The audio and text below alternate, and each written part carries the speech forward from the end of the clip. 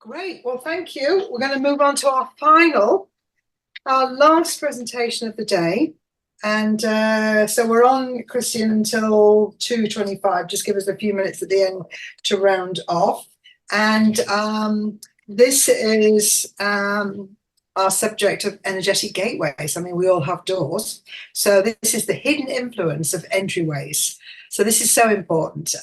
You're going to talk about that. And let me just very briefly introduce Christian, architect. He's already referred to himself as house whisperer, author, musician, geomancer, feng shui consultant. So, you know, as with many consultants here, bringing their rich, diverse background into the feng shui makes it a very exciting field. And I know Christian was around in the early days, right at the beginning. He was a teacher, as was Jan, in my feng shui school back in the day. And take it away, Christian. We can't wait. This is great. Thank you. So do I share screen? Is that the... If you've got slides to share, I'm removing my spotlight. Yeah, you get them up. You've got your power there. Great. Yep. Are we there? Yep. Lovely. Okay, well, thank you for this opportunity. Etheric gateways, a real favorite subject of mine. I've pared this slideshow down to probably about 10% of its fullness that I share in my training academy, because there is so much. So hopefully I can get the essence over of what this is about. So we're going to be looking at what we can't see, basically. Christian, do you want to just put your slideshow on play and then we just see the one image? Is that this one? Hunky dory, that's the one. Yep. Okay, excellent. Okay, so I can use my cursor. That's it. Lovely. Thank you. So gateways, yes, as Gina says, we all have doors of all sorts and all types. And what is interesting for me is, what does your front door say to visitors? What does it say about you? But what is it saying to people who come to your front door? What's the message? And what I'm suggesting and what I find and like to share is that we have programmed our front doors with a message in a subconscious way, maybe a conscious way if we've actually placed anything energetic there or possibly a power animal. But ultimately, our subconscious will have placed some kind of program, some kind of inner message of welcome or stay away or my house is secret. So whatever it is, it gets embedded in the invisible matrix of a space, whether it's a front door or any other room, if you're looking at feng shui in the house or the land. So anybody coming to your front door is going to be walking into this invisible energy matrix and pick up your message and your attitude towards a visitor.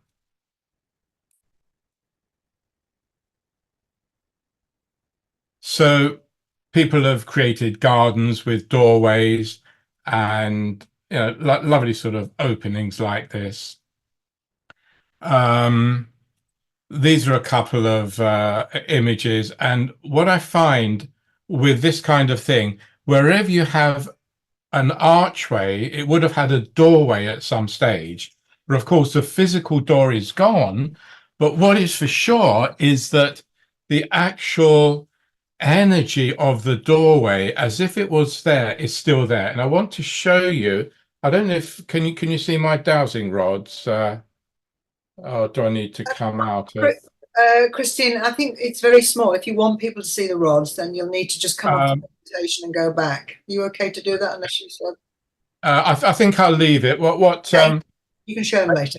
Basically, what I'm going to do is just walk towards that door, and what the rods will do is close in if I come across an energy wall, because there will be an energy wall there because it's been programmed as a door, basically saying you can't come in without permission or unless you have the code to enter. So I'm just going to walk through it in my mind with the rods. And if you can see the rods, they're crossing and compressing as I come to that. And as I go beyond the door, they open out again. So if you can see them, that's what's happening. So if I come back, they compress at the archway. And then as I come out, they go to zero. So what I'm measuring is a compression on my own energy fields that anybody walking through that archway will feel. So you can test this yourself. You know, you've got a pair of dowsing rods, which I hope all of you do as Feng Shui consultants. Walk through any doorway, especially one that's an open arch like that, and just see what your rods will do.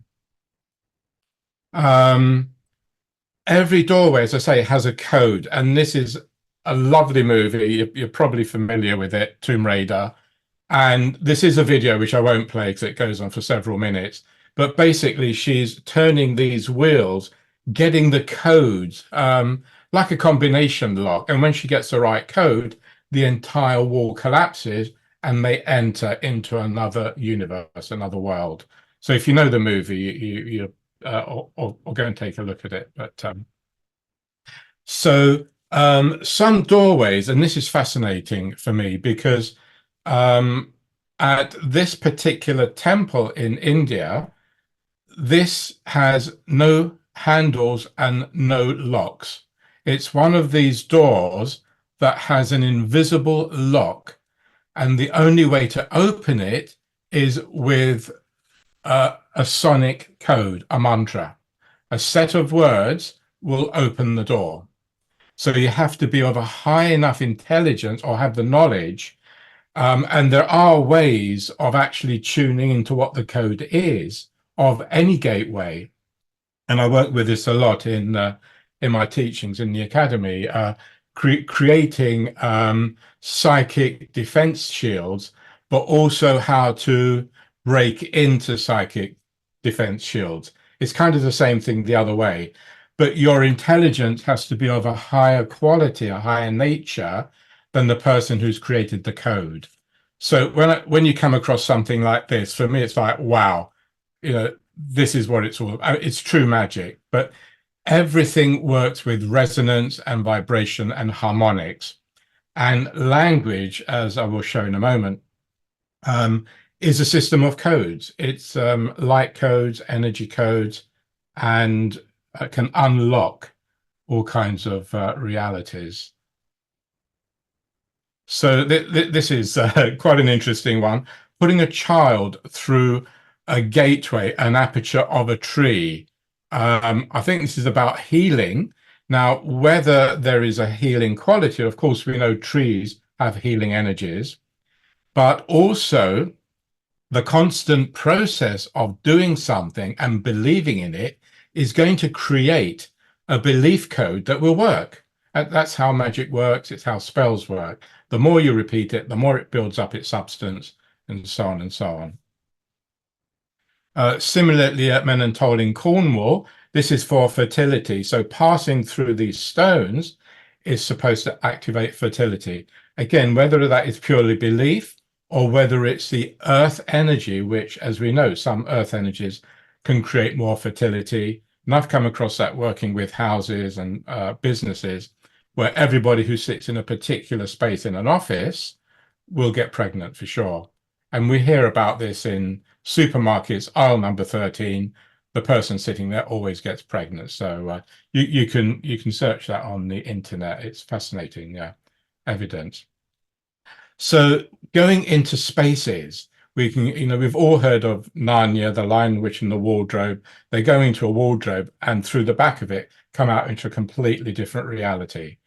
So the same with Doctor Who and the police box. You go in and suddenly it's a much bigger spaceship inside. So these entryways, these gateways, are going into other dimensions that are not of the same physical reality that we entered. And now we're stepping into mega stuff with this, because these are galactic portals, images from around the world, from various nations, and they are stargates. So we've all heard of stargates. but essentially portals into other dimension. And there are many first-hand stories of people going through these, either physically in stone, or just a space in the landscape where people have gone through and entered into other universes, other realities. Because if we take it that every moment, every space is a multiple layer of dimensions, all resonating and happening at the same time, past, present, and future. It's all happening now. Just depends at what level we tune into that resonance. When we go to architecture and something like Chartres Cathedral, which is a super powerful building, contains all knowledge of the universe, an extraordinary building. And these buildings hold consciousness. They hold the light codes of creation. They're there, and as we enter and relate to them, it activates the light codes, which are essentially the 12 light codes, 12 plus 1, 13, of creation that holds all knowledge. So we can access it in the present moment. We have to be in the present moment to connect with these codes. Similarly, the stained glass windows, we can look at those and feel them, and I've experienced them as portals into other dimensions. And they're quite extraordinary. Most people just look at them, okay, great, lovely colors, but they're doing much more than that. They're actually healing. In fact, all the cathedral are actually healing temples. And what they contain is the light code. So here we've actually got 12 windows around the 13. So the 12 around the 13, the 12 around the 1, if you know in esoteric circles, is a really powerful combination of numbers.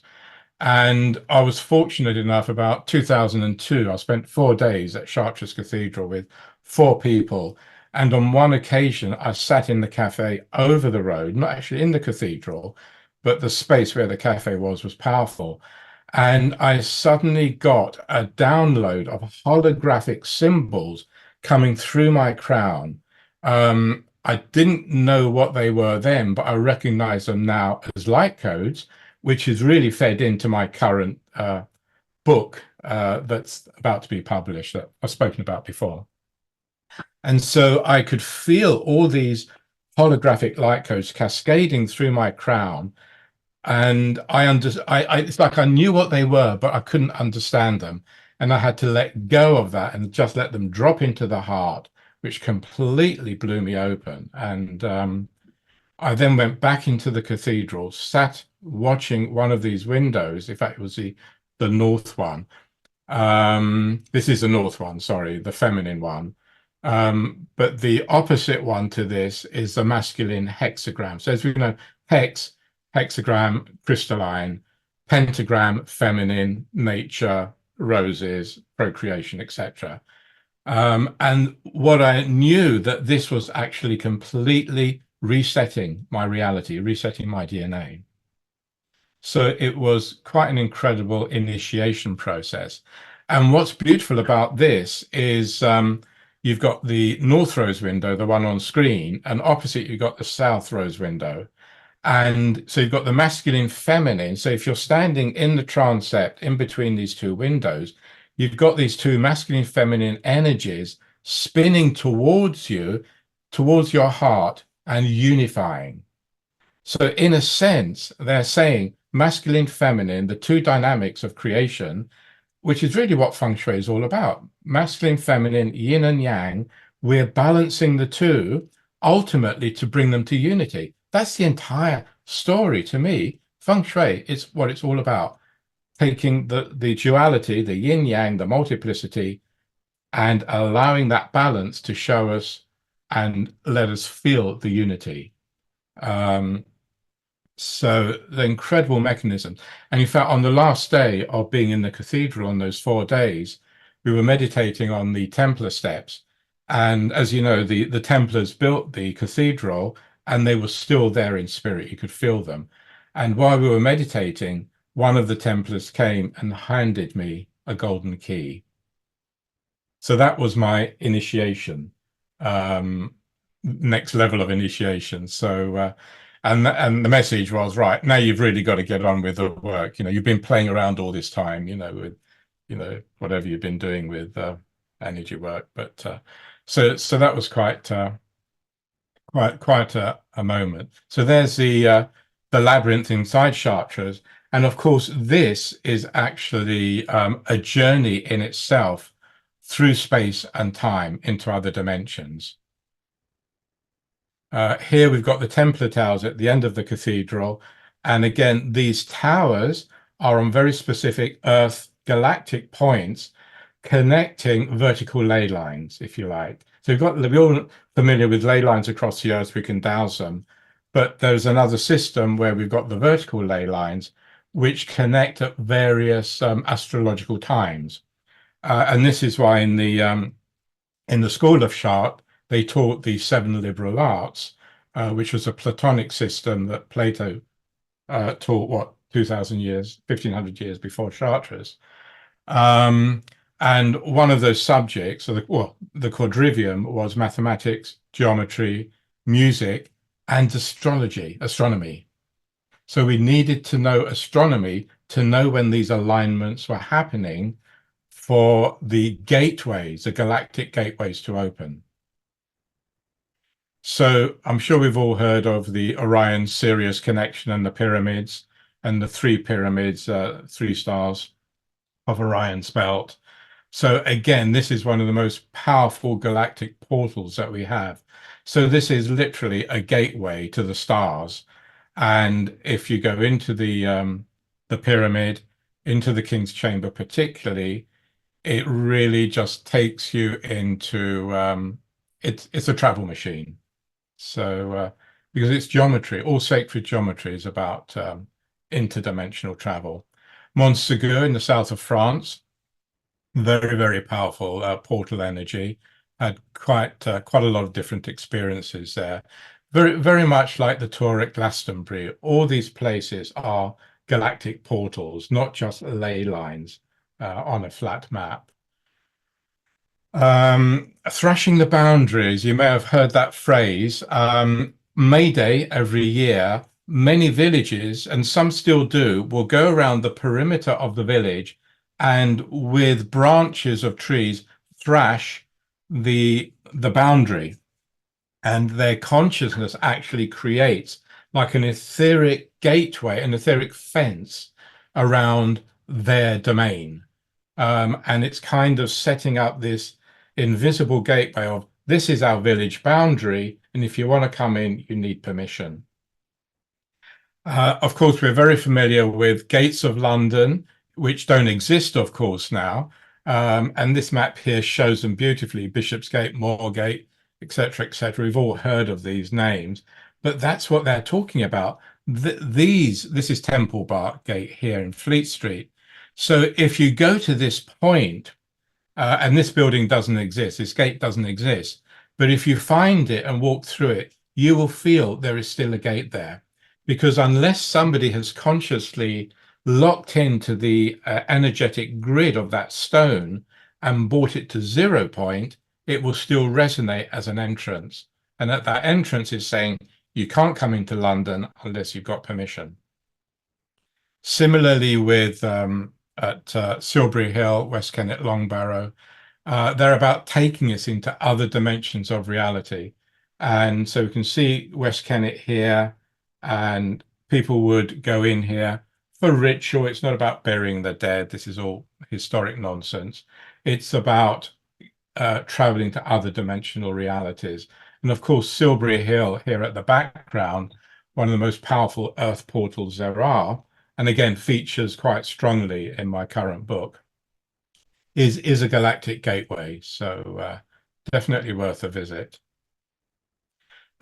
This is one of the buildings coming in from St. Margaret's to Richmond on Thames. Every time I would pass this building, I would get a bit of a shiver, even in the car going past this. And the more I did this, the more I checked in on it.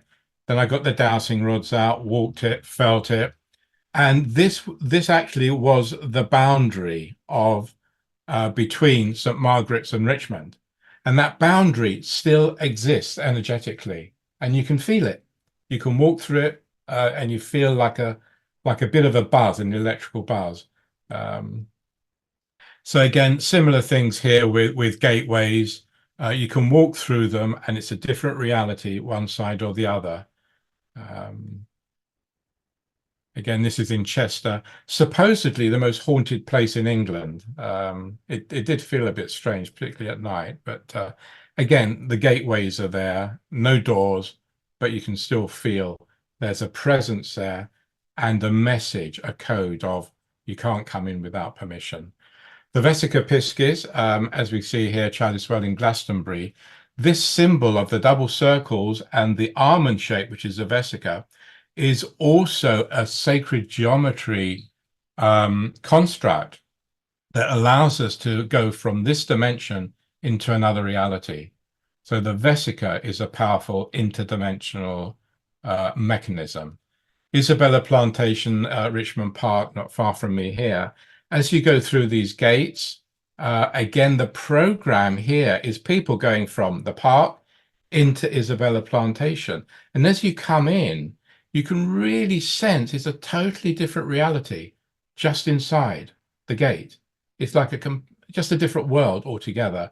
It's something you just need to experience to know that one side, it's only a metal gate, but the two realities are very different.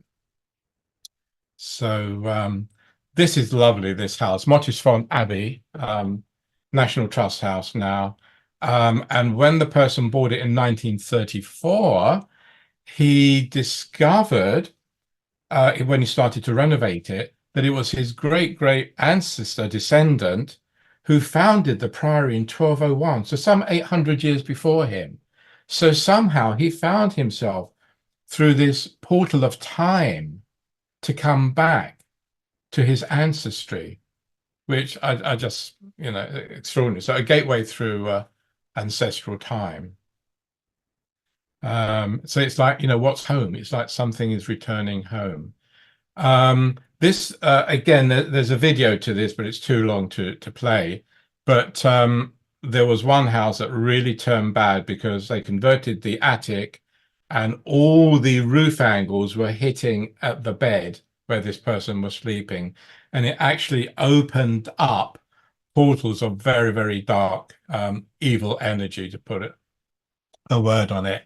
And it drove this guy crazy, and he was tuning into the lower vibrational messages that were telling him to go and get a shotgun and kill his family. That's not easy to do in England.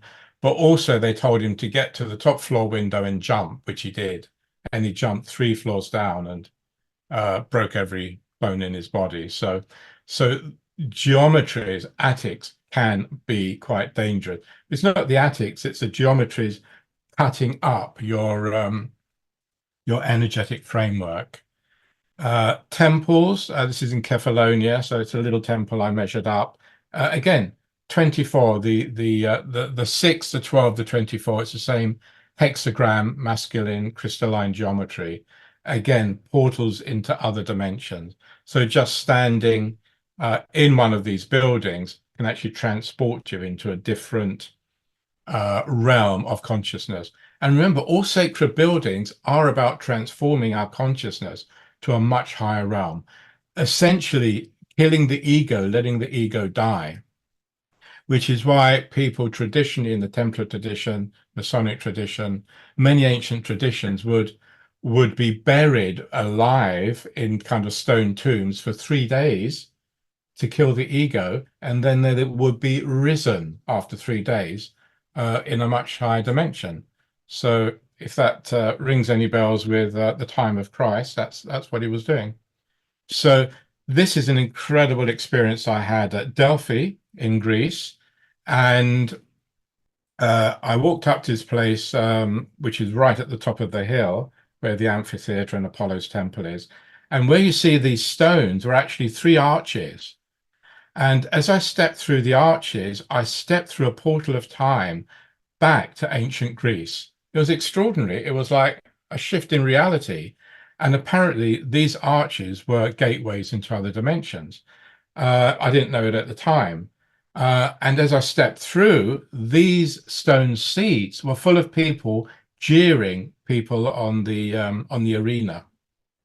And my my function at that moment, as it was in Atlantis, was to go and talk to the elders who sat in the little raised bit and tell them if they continued doing the technology they were doing with crystals and other machinery, things would go wrong, but they didn't want to know. So again, I detail that greatly in my current book as part of the journey. So this is in BC, Canada, and Liz here, who runs a herd of horses, who are incredible healers. People go there for healing. And she died there in a past life. She came back, bought the land, and runs retreats there. And what had happened was there was an area back here, which was an indigenous village, and there was a massacre of thousands of people. And long story short, I was called there. In fact, it was the horses who were shamans in the past life, in that lifetime, not acting well, getting sick in order for Liz to call someone to come and help. So that's how I ended up there. And we discovered there was a gateway here, two main stones. And as we went close to it, and I was filming this live, which you can see on my website, the live footage of Liz, realizing that the person at the gateway was her father in a past life. And he was trying to say, help me release all these dead souls. And so we did a process that allowed all the souls through that massacre to create this energetic space-time chimney to allow those souls to release. So that was quite a process. So how do we do it? What are the vehicles? Sacred geometry is the bottom line. Everything in this universe is geometry, sacred geometry. We are sacred geometry beings. We contain all the tools we need. And I was shown this in the late 90s after going through, a lot of the feng shui, as Gina knows, in her school, and got to a point where I needed a shift in understanding what's going on. And in one house, I didn't know what to do. Now I know what I say to other people is, if you don't know what to do when you're doing feng shui or whatever is in the house, you fall still, you ask, and all the knowledge is in the Akashic field, and you'll be given it if you're there in service for that client and that space and that land. And in this 1999 situation, I was in a house where I was taken into an Egyptian temple, and the priest there gave me a golden orb, which again features in my current book. So all these parts are coming together now, and finally in a book. It's the story of my life, basically, the book, galactic story. So he gave me this golden orb and gave me a mantra to activate it. And from this golden ball, it opened up, and all these spinning geometries of incredible complexity were spinning through the house and resetting its geometry. Because if a building goes out of harmony, chaos ensues. And as consultants, for me, it's about going into the house, falling still, me becoming aware of my geometries, which are all around us, the Merkaba fields, which link to the entire universal grid. And if I'm connected to that, the house is reminded of that, and the house is space cleared within 3 minutes. It doesn't take 3 hours or 3 days, minutes, because the memory of those galactic light codes are radiating from me. They're already there in the house, they're there in the client, but they need to be reminded, and that's the beauty of it. So sacred geometry definitely is the way forward. Language, again, is another process. Language is sacred geometry in sound.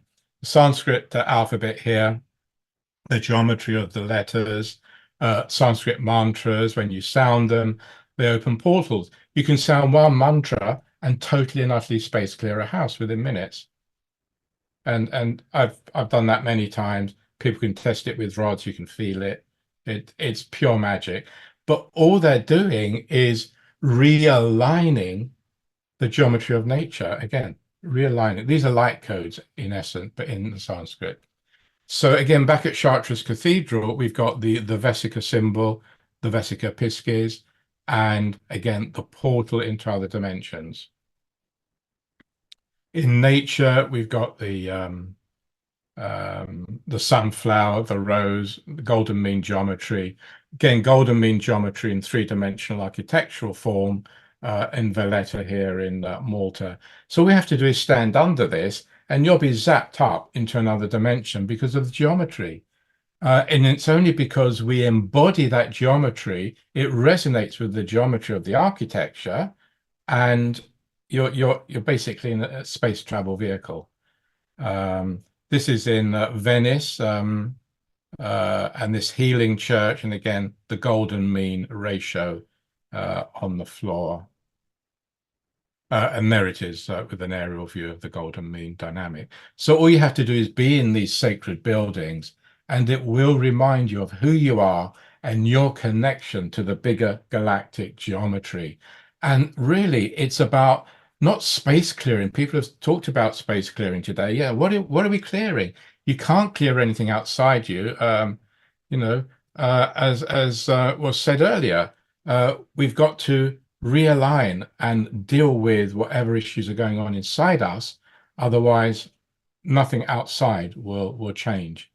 So many buildings have magic squares, and again, we know the magic square of Saturn in Feng Shui all add up to 15, but there are many others. Here at Sagrada Familia, we've got the magic square of 33, and again, 33 is a powerful number, 33 vertebrae, 33 steps of the Masonic, and so on and so on. But all these are codes, and number, geometry, and codes really take us to where. So there we are. We've got to the end, and we can have questions. But just to say, my next event, if you're around next weekend in the Netherlands, and I know I think somebody was from the Netherlands, I think earlier on the screen. I've got an in-class 2 days doing what I do with real people in a real room. So if you're in Netherlands, have a look at my website. All the details are there. And my next academy, South Superman Academy, 1-year course starts on the 16th of October.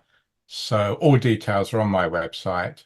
And yeah, so I hope that's giving you something to think about. Well, we had a lift off, didn't we? We were away there. I had a lift off.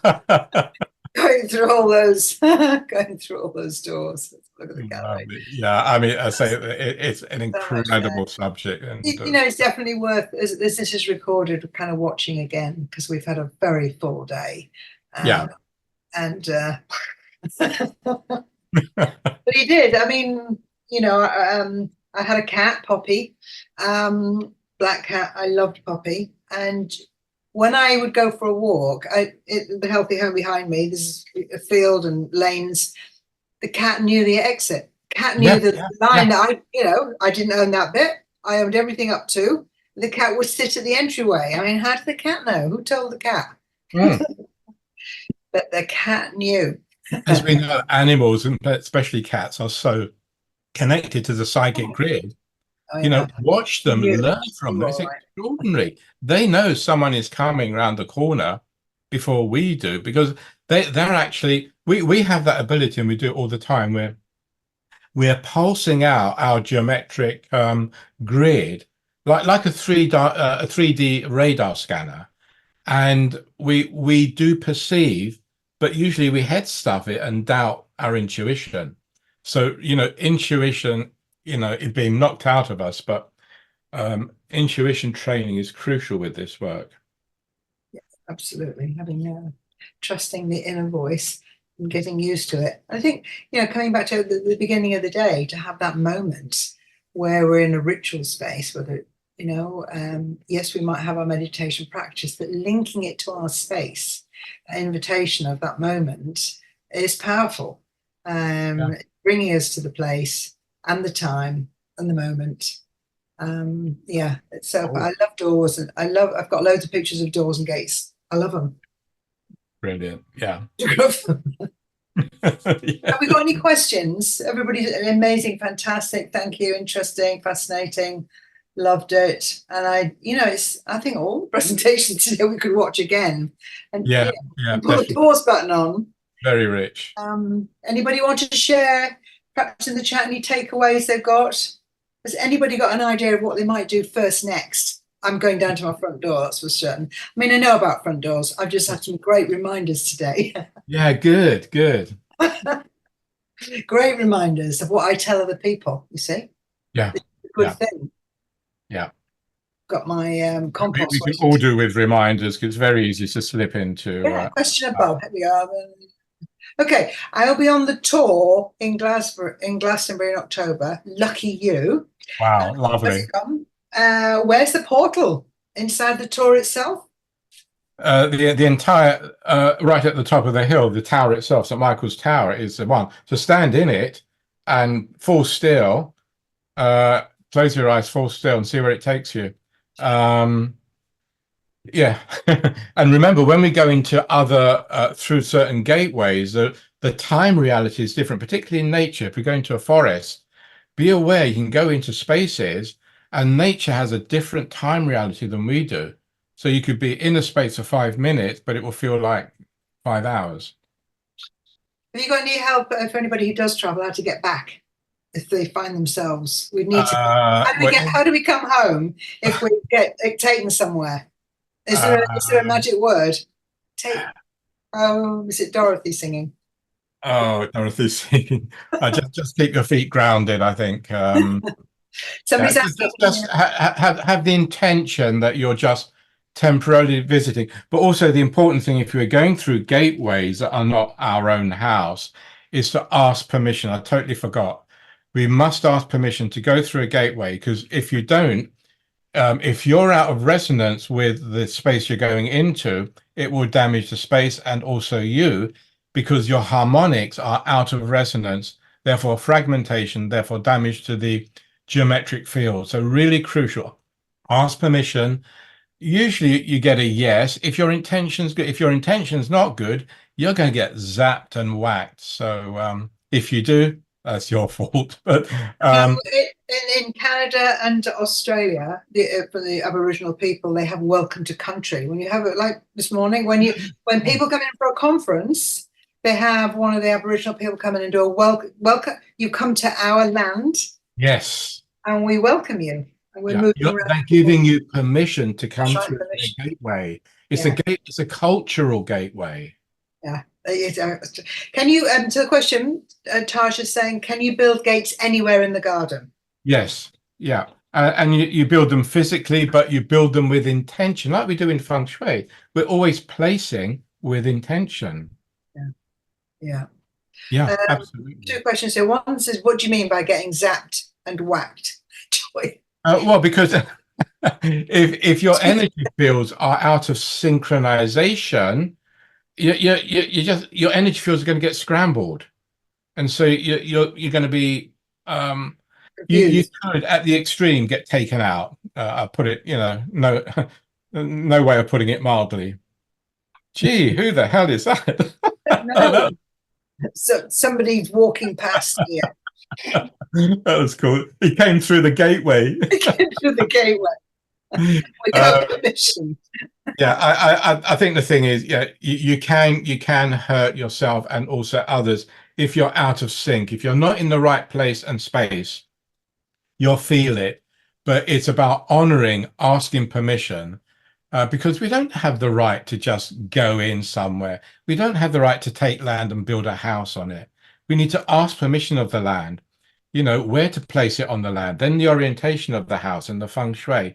All these are stages of designing a house on land. And if you want to look at all the different stages, I've got them on my website under architectural, 9 stages of the approach to land. including right to the end of fine-tuning the building like a musical instrument. So it's worth looking at that whole process. But one last question here. What's the advice for Lucinda? What is the advice for bringing sacred geometry into our homes and land? How do we determine the right symbol for our space? Is this too powerful for residential homes?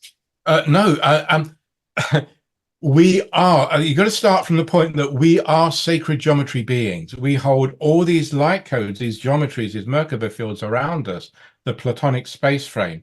We have them, but we've forgotten them. So by becoming aware of them, by even looking at, and if someone wants to email me, I can send you links to just geometric dynamic, geometrics we can get online. And by watching them, looking at sacred geometry images, that will remind you, and this is kind of what I do in my sacred geometry teaching, reminds you of what you've already got. And yes, we can bring sacred geometry symbols into our home. We can have dodecahedrons. We can have images of geometries. We can chant Sanskrit. We can use sacred bowls, as we're all familiar, for space clearing. All these are aspects of sacred geometry that we can have around us. Of course, the clearer our space, always the better. So that kind of reminds me, as the lady said earlier, yeah, look around my space. I've got so many objects and instruments and musical instruments. It's like, it starts to get, but Just yeah. one last comment here. Alicia's saying my Tudor house has a piece of land at the bottom called Portland, which will not facilitate. I don't know what she means. Think it was a burial for the Civil War. Yeah, there's a lot of resolution that happens with land and battles that, like I mentioned, with the battle in BC and the indigenous culture, that needs resolution. But often with houses, and particularly country houses, people will build another house on the land. And every time I visited to help someone in that extended or newly built, it's felt like an orphan to the main house mother, the main house mother, and then the new extensions or buildings scattered around the development on the original plot of an estate all feel like orphans and lost. But what happens is the people who go to buy those and live in those houses have that psychological issue, trauma from childhood, that they've been abandoned or were orphans, and so they'll go and find an orphan house to live in. This is why the approach, and it's what Howard was touching on. We've got to look at our own inner pattern, our own inner story, our own trauma, and heal it from within. You're not going to heal a house that's got abandonment issues if you don't heal your inner abandonment issues. So it really is such pure psychology. And what Jan was talking about, environmental psychology, it all links in. This is why we need like a whole day on this, to try and we've got a room here in not the new building, but the main one where we had, I think you were up here, and we had the lights done in a grid. Yeah, sacred geometry pattern. Anything like that allows us to link in to the galactic grid, which is already there. Yeah. If we tap into it just like that, which we can, because we've got the mechanism, if we can remember how to use it. I would think I would add to what you said is that a lot of this is in Hollywood movies. It's there when they talk about this in the storyline, the Star Trek stuff.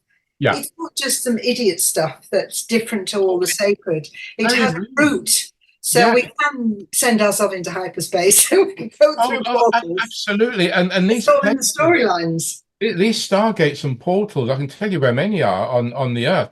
Antarctica is a massive one. I mean, Antarctica is bigger than Australia. It's a living continent with people and pyramids and caves and galactic portals. I mean, it's extraordinary what's going on. But this is powerful knowledge, which is why sacred geometry has always been hidden, because it's only for the elite to control. But this is all being exposed now. This is why we've got crop circles You can't hide them. There they are on the land. It's time that all this is shared so that we can empower ourselves. Fantastic. Well, we've had an amazing day. I would love you to put in the chat a word. What are you taking away? How do you feel? Just something that's had impact for you today, a word, a phrase. Pop it in there. We'll collate them. I think there's obviously going to be quite a bit of sharing afterwards. Jan, thanks to the team who put this together, particularly Jan, who put this great day together. Thank you to all the presenters. Thank you for staying the course and staying with us all day, all of you. Let you go now and have lunch. And so, yes, in our planning of future ones, but we are looking at how the society moves forward. And if you have ideas for webinars that we provide, let us know. But quite a few things came up from today where we could deepen the conversation and go further. Case studies, the moving of the house, and sharing stories. I think so much is to be gained when we share. When we share stories, share our experiences, whether we're a long-time professional or somebody who's doing this as an enthusiasm. Perhaps we don't always know what we know. And we hear it in others. We realise, yeah, we do know a lot. Lovely. Okay, yeah, just, put a word there for what you're taking away. Yeah, brilliant.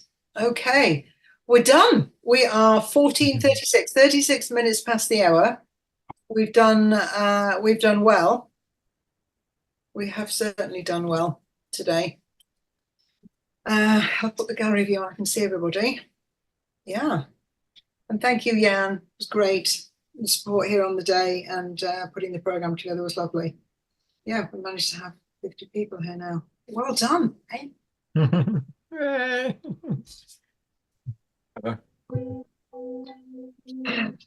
Oh, yes. Bring us out. It's hard to hear it, actually. I've got crystal balls, but can't always get them. They don't always sound on the Zoom. For some reason, Zoom's to be programmed for words. But if you put musicians on, if you put musicians on click, you can hear it perfectly. Ah, okay. That's Jan will have to do that because I don't have the facility. So if I put audio settings on now and original for musicians. Okay. Musicians on now, so listen now. Okay.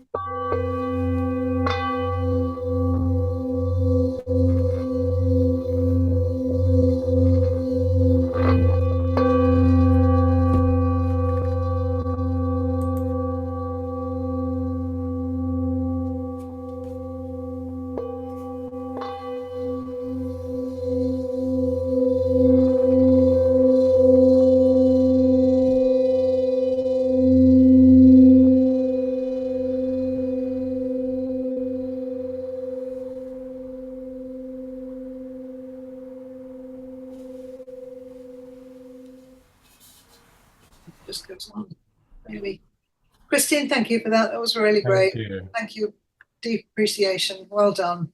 Well done. Well done on all your years, all you long timers as well.